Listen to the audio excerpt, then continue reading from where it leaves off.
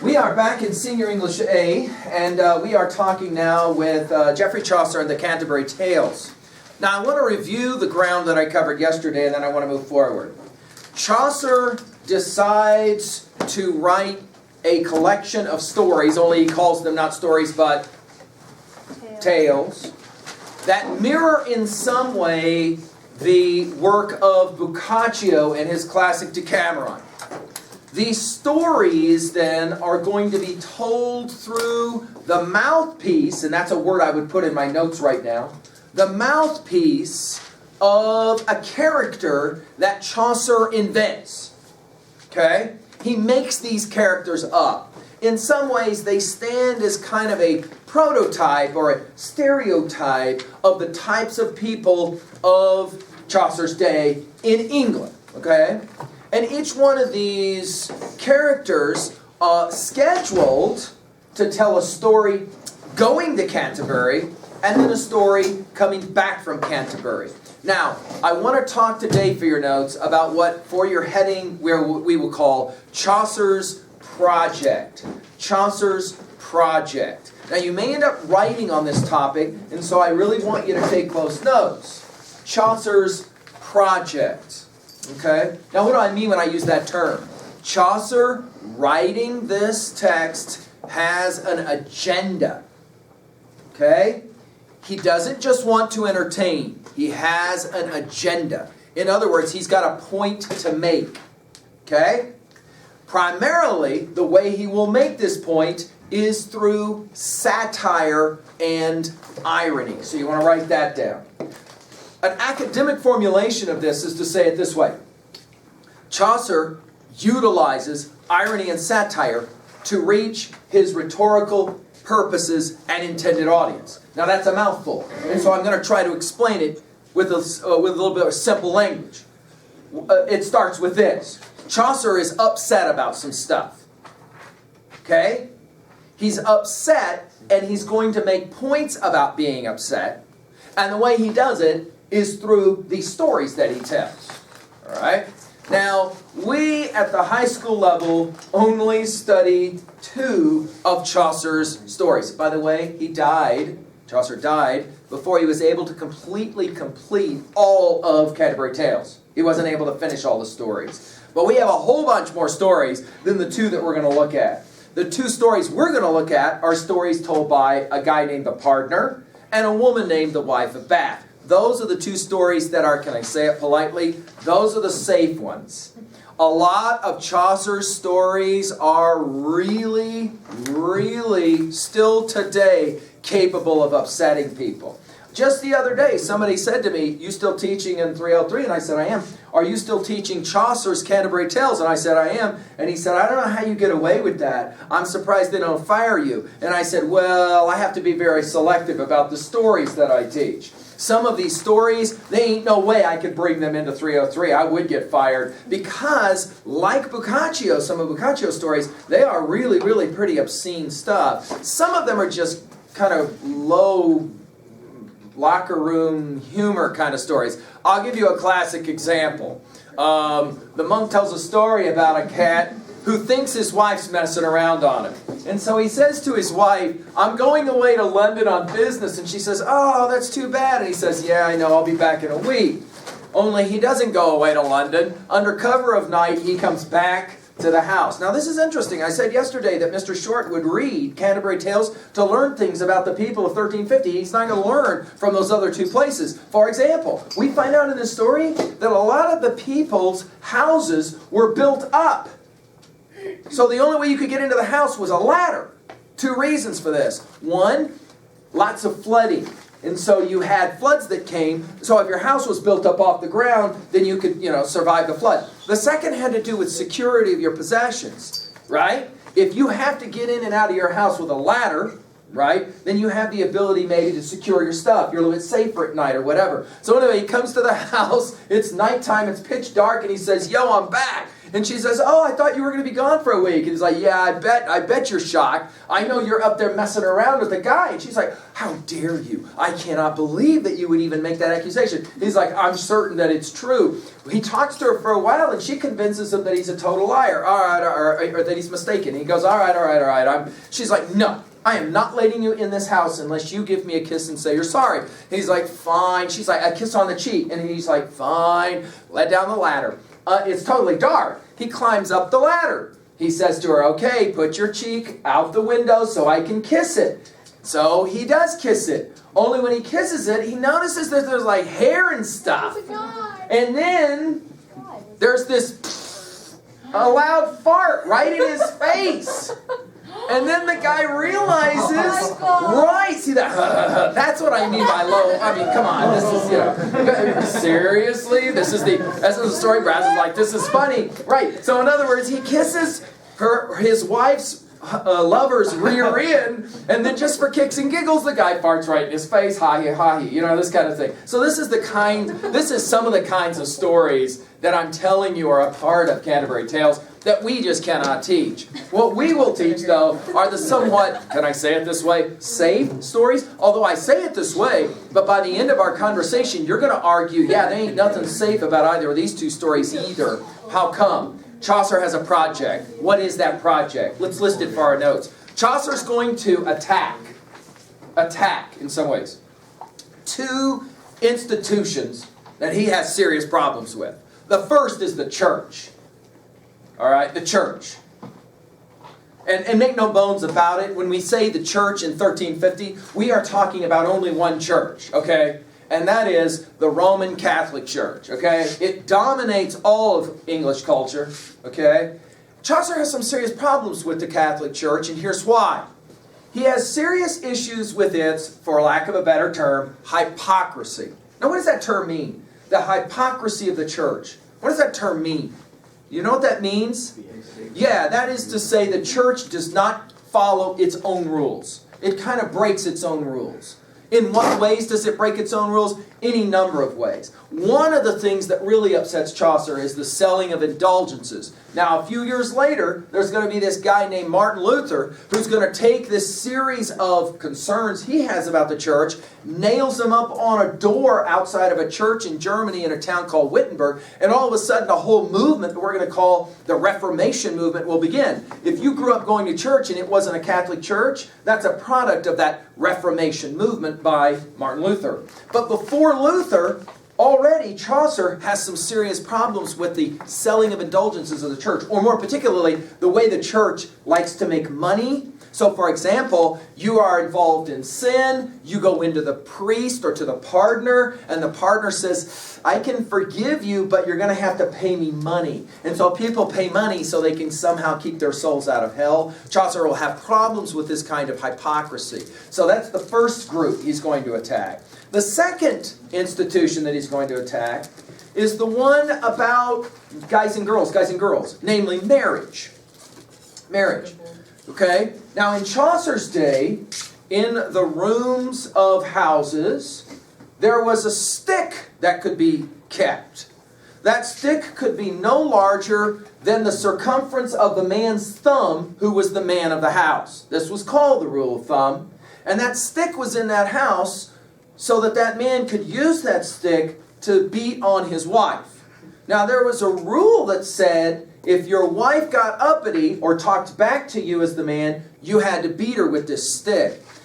Chaucer is going to have some real problems with the way men and women relate to each other in 1350. And so he's going to as well attack that institution of the family and more particularly marriage. We will talk about both of these projects of Chaucer. We will, for your notes, we will first of all meet all of his characters. That's called the general prologue. Okay?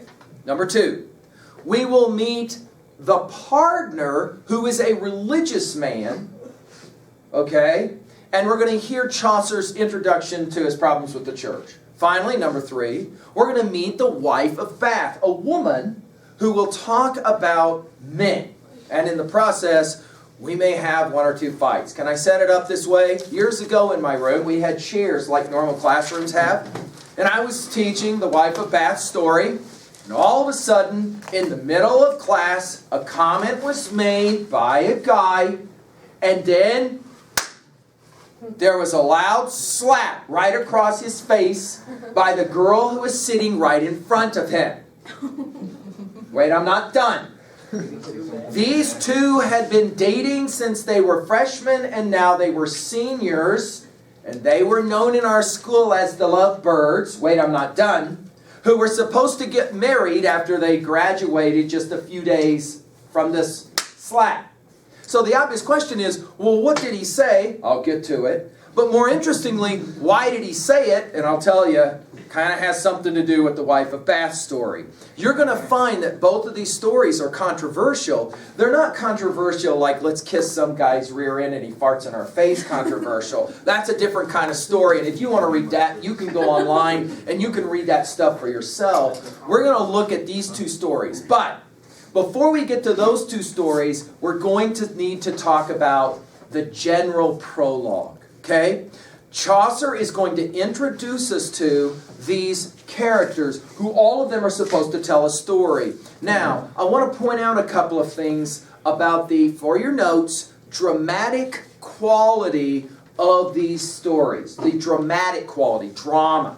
Now, I'm not talking about middle school drama. I'm not talking about that when I use the term. Rather, I need you to kind of understand how Chaucer sets these stories up. They're going down to Canterbury. They're all going in a group, an entourage, but they're also, most of them are walking, which means they're going slow. They walk for maybe an hour, then the whole group will pull over to the side of the road. Chaucer asks you to imagine in your mind's eye that after some refreshments or whatever, one of the group stands up. The partner stands up. The wife of Bath stands up in front of the group and does two things. One, introduces himself or herself. Hi, I'm the partner. Let me tell you about myself. Hi, I'm the wife of Bath. Let me tell you about myself. And there's this introduction that happens. Wait a minute, I thought this whole entourage or this whole group were a bunch of pals that got together to go to Canterbury together. Right, that's what Chaucer says. But he has a project. And part of that project is he's going to introduce each one of these characters by having the characters introduce themselves, right? Chaucer's almost like a journalist. You're supposed to sit there like a journalist. He's just writing what they say. So the first thing is they introduce themselves. The second thing they do is to tell a story. Got me? So the tale is always going to be preceded by the prologue. So we will call it the partner's prologue. We will call it the wife of Bath's prologue. And then there will always be a story that goes with it. Got me? Now to set all of this up, Chaucer does what you're familiar with when you go to movies and you see what's called a trailer. Are you familiar with that term? Do you know that term? What is the trailer? Now if you go to theaters that show trailers, you know it happens before or after the movie. Before the movie. And what is the trailer? It's like a whole Right, it's like an advertisement, isn't it? So you watch the trailer, it usually lasts 3 or 4 minutes. It's going to show you the best parts of the film, right? It gives you some, why do they show the trailer? What's the motivation behind showing the trailer? They're trying to attract you to come and see the movie, right? All of us have been burned, haven't we? By assuming a film was going to be great because the trailer was so great, only to discover the entire film basically was in the trailer, right? The job of the trailer is to try to convince you, excite you to want to see the film. Now I'm ready for you to write in your notes. Chaucer will use a very similar technique. The general prologue is the trailer that will introduce each one of these different characters. Okay? But the whole time, Chaucer is going to be engaged in satire. That is to say, he's going to be saying one thing, often meaning another. Or, some of you will really like this part of it, he's sarcastic. What does that mean if I say sometimes Mr. McGee can be sarcastic? I'm not saying that's true, by the way, but what does that mean if we say Mr. McGee is sometimes sarcastic? What does that mean? Sarcasm. Right. Yeah. Right. See, Nolan even uses Mr. McGee's sarcasm. Right. That's a good question. I agree with that one too. Sarcasm, right? Sarcasm. In other words, you say one thing, but you kind of have another meaning right behind it, okay? Chaucer's going to play that game all the way through, starting with the general prologue, okay? Let's go to the general prologue. You're on page 97, 98. I just want to show you a couple of examples, and then we're going to begin the process that we'll pick up with tomorrow of actually listening to the general prologue. Let's start on 97, 98. Chaucer will tell us, hey, in the spring, when everything wakes up, nature wakes up, rain starts helping everything to grow, wind, breeze blows everything alive, animals all start hanky-pankying and that kind of thing. Everybody wants to go on pilgrimage, we're told. Now I'm on page 97, picking up. To England they will wend, to seek the holy, blissful martyr, quick to give his help to them when they were sick. In other words, if you don't feel well, don't take an aspirin, take a journey down to Canterbury where you can then feel better. Turn the page, I'm on 98. It happened. Are you with me? It happened in that season. What season? What season? Spring. Good. It happened in that spring season that one day in Southwark, a part of London, at the Tabard, as I lay ready to go on pilgrimage and start for Canterbury, most devout at heart, at night there came into that hostelry some 29 in a company of sundry folk, happening then to fall in fellowship, and they were pilgrims all that towards Canterbury meant to ride. You don't see any irony here because you don't know anything yet, for your notes, about this hotel called the Tabard.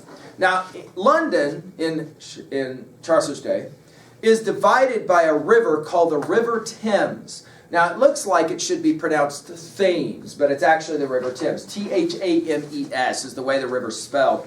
On one side of the river, there was what we would call the entertainment district. Okay, can I just leave it at that? The entertainment district. That is to say, it's the place where guys went if they wanted to have a little bit of fun. And I'll not go into any more detail than that. Well, one of the places where guys could go have fun was a very famous place called the Bell. All right? That's where guys went if they wanted to enjoy women with some money in their pocket, if you get my drift. The hotel that sat right beside the Tabard was called, or right beside the Bell was called the Tabard. That's the hotel where he's hanging out. In other words, he says, think of the irony of this. I was hanging out in the red light district, most devout at heart because I was hoping to go on pilgrimage, when into the hotel where, next to the whorehouse, where I was staying, came a group of people who also were interested in going on pilgrimage, a religious pilgrimage. So you can already see, let's put it in your notes this way, Chaucer has a satiric tone that he will use. A satiric tone that he will use. Let me give you a classic example. I could give you a number of these, but I'm just going to give you one. I want you to go to page 102. I'm just going to give you one example of how this works, all right? 102. Chaucer at the bottom of page 102, and I'm hoping that you're already reading this on your own, trying to figure out who these different characters are. By the way, of the three categories that I gave to you, you remember them? The religious people, the upper class people, the working people. Without a doubt, the largest of those three groups are the people who are religious. We're going to see a number of them, okay? One of the religious people we're going to meet now.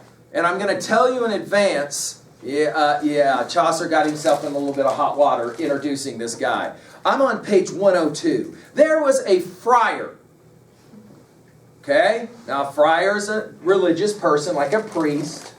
There was a friar, a wanton one, and merry, a limiter, a very festive fellow. In all four orders there was none so mellow, so glib with gallant phrase and well-tuned speech. He fixed up many a marriage, giving each of his young women what he could afford her. He was a noble pillar to his order. Now, the only reason why I don't have all of you collectively going, no way, is because the translation. If I had said it this way, there was a preacher along with us. He was a real slut. Most of you would be like, oh, right. You'd be like, whoa, what do we, right? But wait, I'm not done, Rothwood. We got to keep going. Hello? That's just the first line. That's just the first line. Wait, I'm not done. He then tells us that this priest likes to go out and find girls within his church, get them pregnant, and then force guys in his church to marry those girls. Whoa! Well, now, wait a minute. I should point something out. Let's just make sure you got this in your notes. If you are in 1350 and you're going to be a good priest, a good religious person, then there's a couple of things that for sure you have to do. One, no hanky-panky. Not allowed, right? You are what we call celibate. That means no hanky-panky. You're never allowed to marry. You're never allowed to hanky-panky. No hanky-panky. That's the first one. Number two. The second one is, if you're going to be a good religious, is that you are poor. You do not have money. You give all of your possessions away and you live on the church. And the church helps you to sustain your basic needs. You don't have lots of money. Got me? We're told this friar, well, he pretty much violates both of those rules, right? He not only is going to violate the one about no hanky-panky, but he also is going to have all kinds of money that he's able to acquire, not so honestly. But notice what Chaucer says. I just read it, but some of you didn't really catch it. On page 102, line 217 or 218. Notice, he was a noble pillar to his order. What does that mean? He was one of the better friars I ever met. Right? He was one of the better ones. Oh, I've met a lot worse than this guy. Right. You can imagine that one or two religious readers came at him and said, whoa, where is this friar? His response was, I can't quite remember. I met him when we all went down to Canterbury, but, I was just along for the ride. I can't remember. Often Chaucer won't even provide the names of these characters, right? So when people came to ask him, who are they and where are they now? We want to find this friar. He would say things like, I don't know, I can't quite remember, that kind of thing. In other words, now I want you to use a term for your nose. This is often what we refer to as scaffolding. Now, what do I mean by that? Have you ever seen a building that has scaffolding on the outside? It's used to help you build the building up, right? Scaffolding in our situation here is Chaucer is going to make up a character who is going to say things, but really it's Chaucer saying it. Got me? Now, I'll give you a classic example of this. My Ash used to come home when she was young. Okay? My Ashley, my daughter. She'd come home and sit at the table in the nighttime. And she would tell us about school. And one afternoon, she was telling Mom and Dad about school and the bad boy at school, who on the playground, the bad boy, said the bad word. And she says the F word. And Mama goes, honey, we do not say that F word. And my Ash goes, no, I didn't say it. The bad boy says it. And she says it again. To which Mama then says, we do not say that word. And my Ash says, you didn't hear me, Ma. The bad boy said, and again she got to say the. See, here's the beautiful thing about it. She's saying the bad word, but she's really not saying it. Right? The bad boy on the playground said it. All my Ash is doing is reporting the information. Right. So in other words, it isn't my daughter saying it. She's reporting this information. Wait a minute. Now here's the deal. Chaucer will play a similar game. You've maybe watched news, and the little guy is standing there on the green lawn of the White House, and he looks into the camera for the news, and he says, a Washington White House insider today reported that President blah, blah, blah, blah, blah, blah, blah. A White House insider? And when you go to this journalist and you say, who was your White House insider? The journalist will say, I can't divulge my sources. I can't name them. I have immunity from saying who actually it was. Do you ever have a sense that one or two journalists had to come up with some news, and so they just decided to make it up? Yeah. But they made it up by saying somebody else said it. They didn't say it. Somebody else said it. One or two of us have probably seen this work in the halls of Worland High School, where on a Monday, you want to find out what somebody did, and so you walk over the weekend, so you walk up to them and you say, hey, so-and-so kind of mentioned something, what's up? And they're like, well, what are you talking about? What are they saying? Well, I'm interested to know, because I'm not exactly, you totally make it up, but you blame it on somebody else. It's beautiful, because then when they come at you, you're like, yeah, I don't want to like ruin a friendship, so I can't tell you who said that. Dude, somebody's been talking about you and they said blah, blah, blah, blah, blah. And there ain't nobody that said it, but you're able to say it through somebody else. Do you see what we're saying? Chaucer uses this as his approach, but he knows he's going to upset some people. Go to the very end of the general prologue. Read with me really quickly on page 115. Okay, 115. At the very end of the general prologue, and hello, we're going to read the general prologue and we're going to work through every one of these characters. But at the end of the prologue, Chaucer will have to finish his general prologue. He knows he's going to upset some people. I'm on page 115, and I'm starting on roughly line 735 or so. Do you see it? So roughly 735. Read it with me now, okay? We'll come to the end. Now I have told you shortly in a clause the rank, the array, the number, and the cause of our assembly in this company in Southwark at that, look what he calls it, high-class hostelry, known as the Tabard, close beside the Bell. Now anybody reading this knows what the Bell is, like I've already told you. He calls it the high-class hotel. There ain't nothing high-class at all about it. Notice the irony. Keep going now. He says, and now the time has come for me to tell you how we behaved that evening. I'll begin after we had alighted at the inn. Then I'll report our journey stage by stage, all the remainder of our pilgrimage. Now, see again, I told you just the first 4 lines of the Friar. Dude, he goes on for quite a while about this Friar. That preacher was a slut. He goes on for quite a few lines after that, okay? Here's the deal.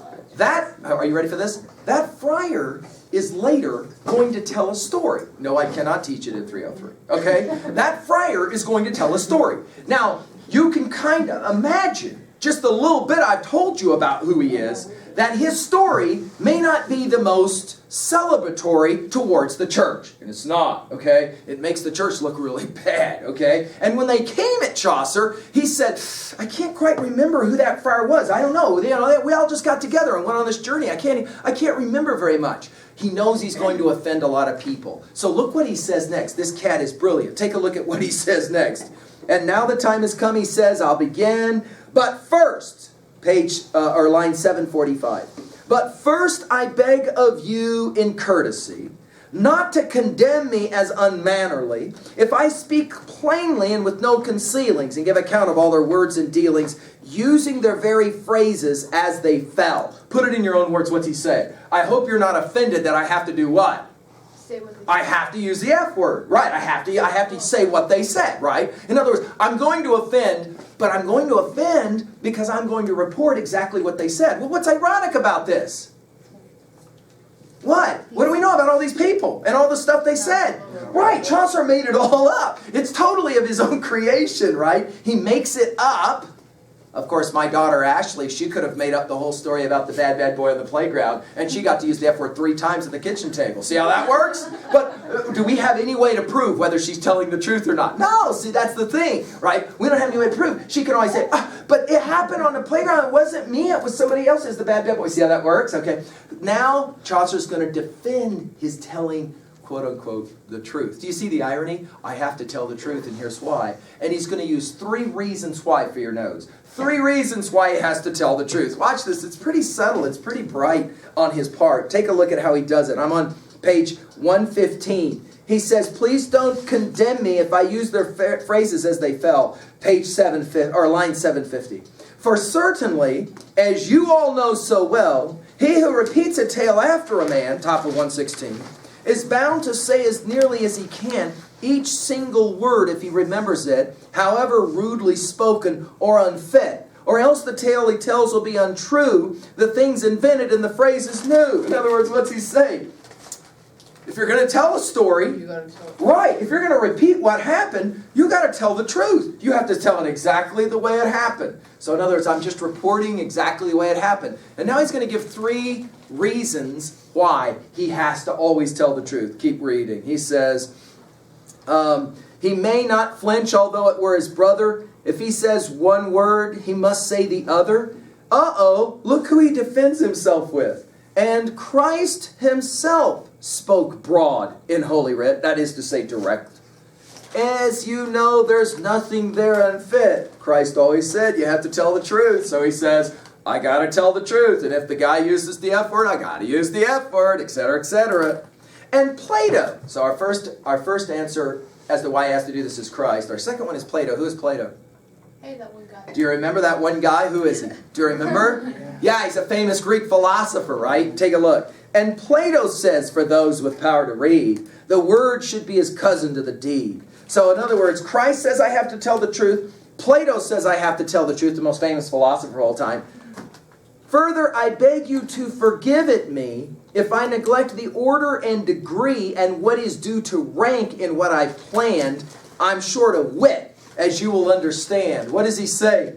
If Christ saying we have to tell the truth doesn't work for you, and Plato says we have to tell the truth and that doesn't work for you, what's his third thing? What does it mean when he says I'm short of wit?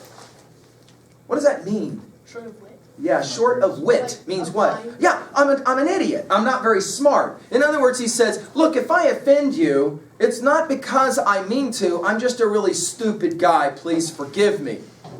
Do you know people that will say mean things to you, and then they'll immediately go, just kidding, just kidding? Do you know guys like this? They'll say the most wicked stuff, and then they immediately follow it up with, just kidding, just kidding, just kidding. Of course, the beautiful thing about just kidding, is that if the other guy gets mad, you can go to all of your friends, seriously? What is the deal? I was just joking around, right? But the beautiful thing about it is, you've already said it, right? You can say it like it's a joke, and they can get offended and upset, and then you can always go, dude, I was just joking with you, but you've already said it. See how Chaucer can do the same thing? In other words, he will say what he wants to say, and then afterwards he can always go, oh, I'm sorry, I didn't mean to upset you. Did that upset you? I'm really sorry. See how that works? Chaucer's project then is going to use satire to reach his intended audience. Now we're going to ask, as we get into this, who his intended audience is. But this week, all we're concentrating on now is the general prologue. Now I want to go back to the very beginning of the general prologue, and I want to point out something for you on page 98. Chaucer tells us how many people came into that hotel that night. Did you see this? You probably want to write this down, in fact. Did you see it? I'll start reading with you on page 98, right at the top again. Do you see it? It happened in that season, that one day in Southwark at the Tabard, as I lay ready to go on pilgrims to start for Canterbury, most devout at heart. At night there came into that hostelry some 9 and 20 in a company. Uh-oh, what's that number? 29. 9 and 20 is 29, isn't it? So one of the things right now you want to do on your notes is to number 1 through 29. Okay? Now obviously you're going to need several sheets of paper to do this.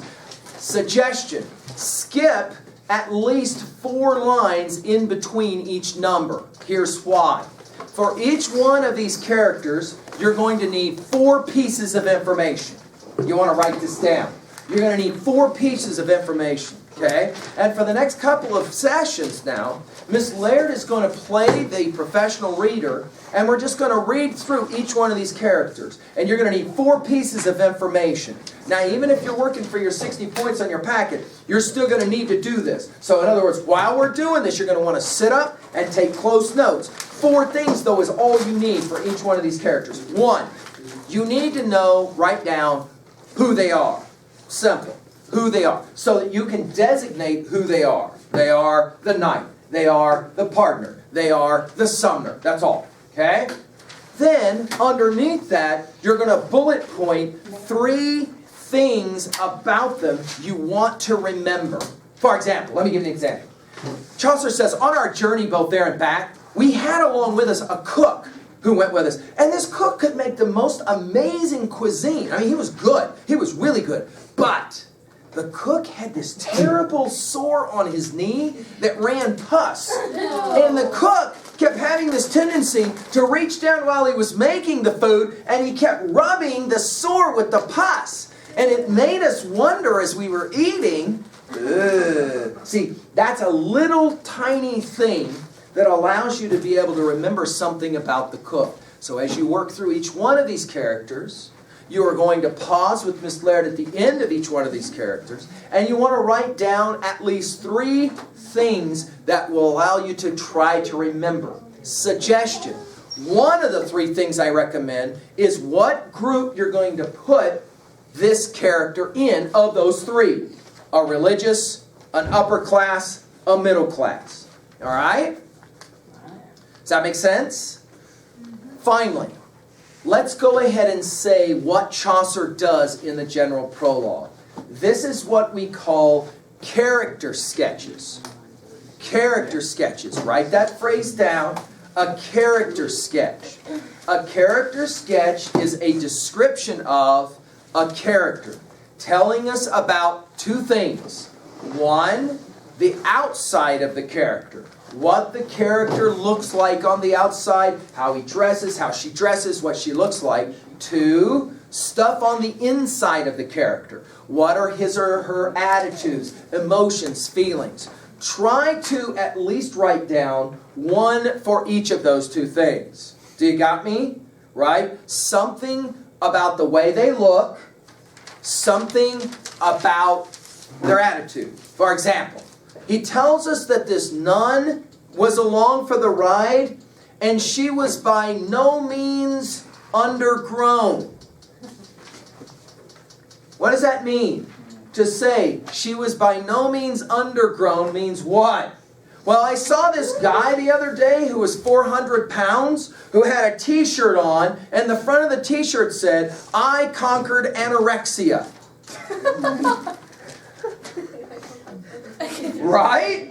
I conquered anorexia, right? Okay, do you got me? So, there we go. There's your introduction to the general prologue and to the character